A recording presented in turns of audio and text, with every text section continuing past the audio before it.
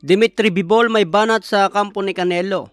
Paliwanag ni Bivol sa interview ng Boxing Scene, paano raw naging mahirap ang negosasyon kay Canelo Alvarez.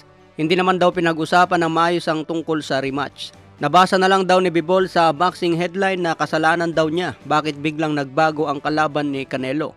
Pinapalabas umano ni Canelo na nagpapataas ng bayad si Bivol kaya mas nahirapan sa negosasyon. Kaya sagot ni Bivol wala daw siya kinalaman sa pinagsasabi ni Canelo Alvarez. Hindi naman daw pinag-usapan ang tungkol sa rematch at mga kondisyones. Bigla na lang daw naglabas ng maling impormasyon ang kampo ni Canelo bakit hindi natuloy ang rematch. Sa ngayon sarado na raw si Bivol laban kay Canelo. Mas importante umano kay Bivol ang maging undisputed sa 175. Tinalo na raw niya si Canelo kaya wala nang kailangan patunayan pa.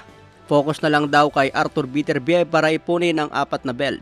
Kung sakaling papayag raw si Canelo, interesadong bumaba sa 168 si Dimitri Bivol para agawin na lang ang 4 na belt ni Canelo.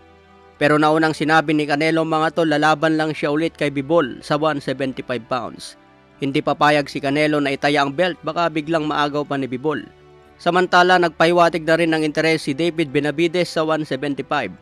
Kung sino raw ang panalo kay Bivol versus Beterbiev, nakahanda umakyat si Benavides para i-challenge ang bagong undisputed. Hindi na raw maghahabol si Benavides kay Canelo kung ayaw niya lumaban. Pero dapat ibakante raw ni Canelo ang WBC. Hindi dapat manatili sa kanya ang belt dahil ayaw magdepensa. Sa ibang banda naman, Francis Ngannou gusto raw niya isunod si Deontay Wilder matapos ang laban kay Anthony Joshua. Nakahanda raw lumaban si Ngannou kahit sino pa sa heavyweight division. Pero unahin daw niya ang top 3. Una kay Tyson Fury, pangalawa kay Anthony Joshua at pangatlo kay Deontay Wilder. Tiwala si Ngannou na kayang wasakin si Anthony Joshua. Kapag mapuruan daw niya si Joshua, siguradong babagsak at hindi na makabangon. Kaya umanda na raw si Wilder dahil siya na ang susunod. Lumakas ang kumpiyansa ni Ngannou dahil napabagsak si Tyson Fury. Sa ibang banda naman, first day training ni Pacman para pagandaan si Buakaw ng Thailand. Makikita po natin sa shadow boxing ni Pacman. May bilis pa rin sa edad na 45. Sa kayon mga tol, medyo papyaw lang yung mga training ni Pacman, hindi pa ganung puspusan.